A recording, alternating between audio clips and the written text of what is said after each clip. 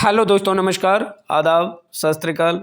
आज आप लोग के लिए एक नया केस लेकर के आया हूँ। अनलेबल टू स्टैंड इसे कह सकते हैं। यह जो बछड़ा बछिया जो वीडियो में आप जो देख रहे हैं, इसे अनलेबल टू स्टैंड भी कह सकते हैं या नरवायन भी कह सकते हैं, क्योंकि ये बछड़ा बछिया जब से ये बछिया जन्म ली है तब से ये न तो बैठ पा रही है न खड़े हो पा रही है। इसके नीचे जो है आप देख रहे हैं, एक जूट का बोरा डाला गया है ताकि वो सॉफ्टनेस रह सके, मुलायम रह सके, क्योंकि ये बार बार जो बछिया है वो गर्दन को उठाकर पटक रही है।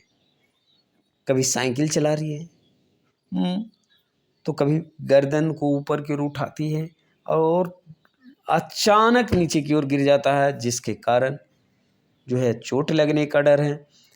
और उससे अगर ज़्यादा चोट लगेगा तो सूजन होने का डर रहता है, क्योंकि अक्सर देखने को मिलता है कि जब जब पशु का गर्दन पटकाता है तो उससे आँख वगैरह में काफ़ी चोटें आती है।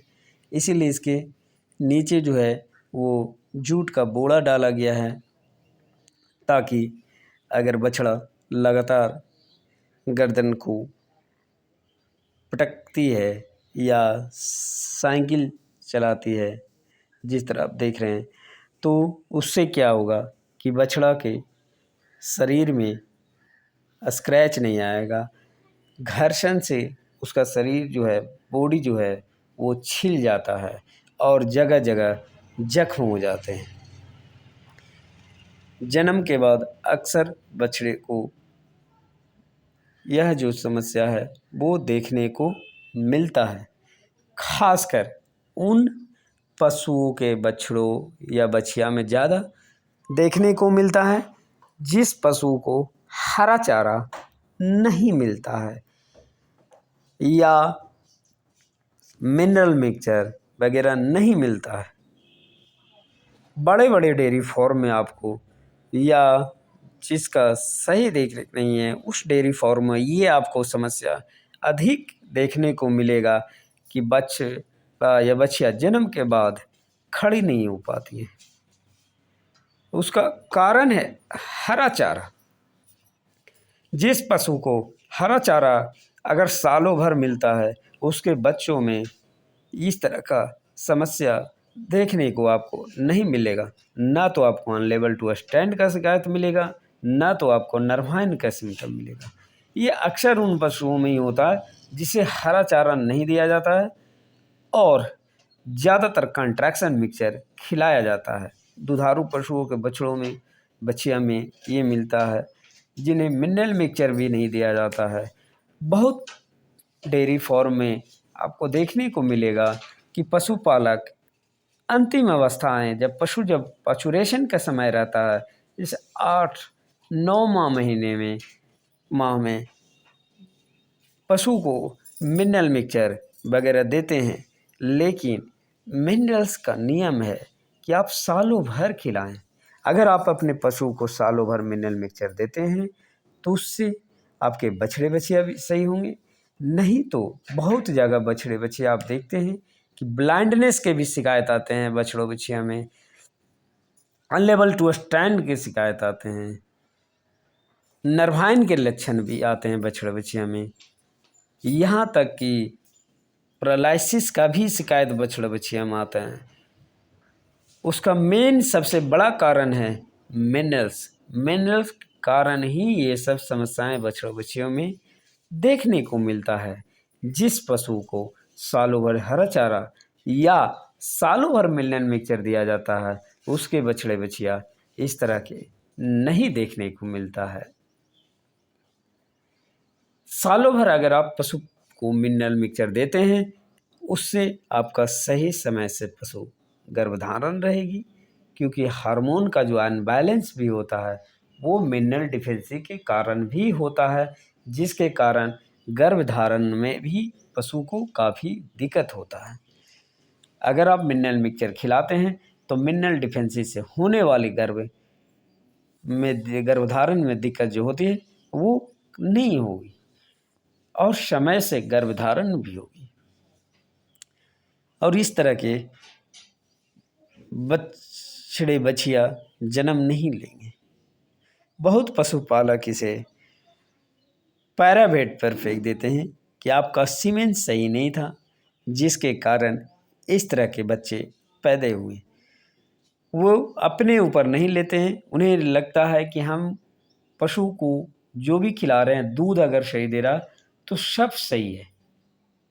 वो सीधे डायरेक्ट इंसुमेटर पर ही ब्लेम करते हैं कि आपके द्वारा दिया गया ही सीमेन का बच्चा इस तरह का होता है, जबकि इसका सबसे बड़ा कारण मिनरल डिफेंसी है। मिनरल डिफेंसी के कारण है, विटामिन की कमी के कारण।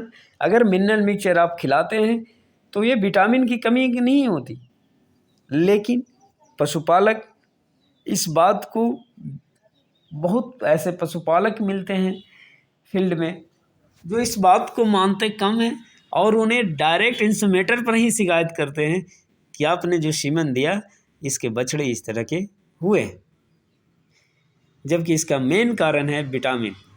जिस तरह देख रहे हैं ये लगातार इसी तरह जी होता है कि नर्वाइस सिस्टम होता है, और ये जो बछड़ा है अगर इसका आप सही डायग्नोसिस करते हैं और डायग्नोसिस करके आप ड्रग्स का चॉइस आप सही करते हैं तो ये 100% ठीक होता है।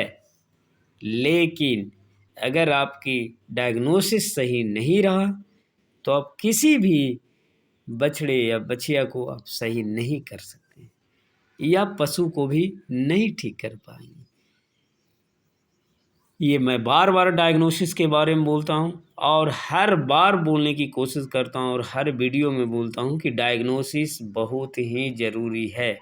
पशुओं की डॉक्टरी डायग्नोसिस पर ही निर्भर है। अगर डायग्नोसिस आपकी सही नहीं है तो आप किसी भी पशु को ठीक नहीं कर पाएंगे। केवल उसमें आप यही कर सकते हैं कि आज इस कंपनी का दवा लगाएं, कल वो, कभी ये, वो तो पशु धीरे धीरे ठीक भी हो जाते हैं, नहीं तो बहुत ज़्यादा पशु को एंटीबायोटिक इस्तेमाल करने के बाद स्थिति बहुत ही गंभीर हो जाता है। इसीलिए मैं बार बार बोलता हूँ कि डायग्नोसिस बहुत ज़रूरी है। अगर आपकी डायग्नोसिस सही है तो पशु ज़रूर ठीक होंगे। ये बछड़े जो आप देख रहे हैं इसकी डायग्नोसिस करके इसे इलाज किया गया, और सबसे बड़ी बात है ये सिंगल शॉट के इलाज में पूरी तरह से ये ठीक हुआ। लेकिन ये ज़रूरी नहीं है कि ये सिंगल शॉट में ठीक हो जाए। आप अगर इलाज करते हैं तो 2 दिन 3 दिन का आप कर सकते हैं, क्योंकि विटामिन की कमी के कारण होता है, लेकिन लगातार आपका इम्प्रूवमेंट आएगा उसमें। और ये देखिए जो बछड़ी है इसका दिन में इलाज किया गया है, और ये कल जो है वो 12 बजे दिन का वीडियो है। जो पशु का देखिए पैरों में, इसके बछड़ी का जो है पैर में रस्सी बांधना पड़ गया। ये गिर नस्ल की बछिया है और ये उसकी माँ है, जो बछड़ी है उसकी माँ है। और ये जो है काफ़ी परेशान थी कल, क्योंकि जो बछड़ी है वो खड़ी नहीं हो पा रही थी, जिसके चलते इसकी माँ काफ़ी परेशान थी और बेचैनी में थी। आज देखिए कितनी शांत में है। और ये बछड़ी का जो है इसका मैं वीडियो बना रहा हूँ, जिसके कारण ये लगातार जो है कैमरे की ओर देख रही थी। और इस तरह का अगर आप इलाज करते हैं तो 100% रिजल्ट आता है। इस तरह की समस्या के समाधान के लिए आप अपने नज़दीकी पशु चिकित्सक और अनुभवी पशु चिकित्सक से संपर्क करें, ताकि अधिक से अधिक बछड़ी बछिया को बचाया जा सके। आज की बछिया कल की गाय है। अगर बछिया नहीं बचेगी तो कल गाय नहीं हो पाएगी। इसका इलाज इस प्रकार किया गया, इसमें निरोक्सिनेमिस दिया गया, यूरिमिन दिया गया और ई केयर सी दिया गया।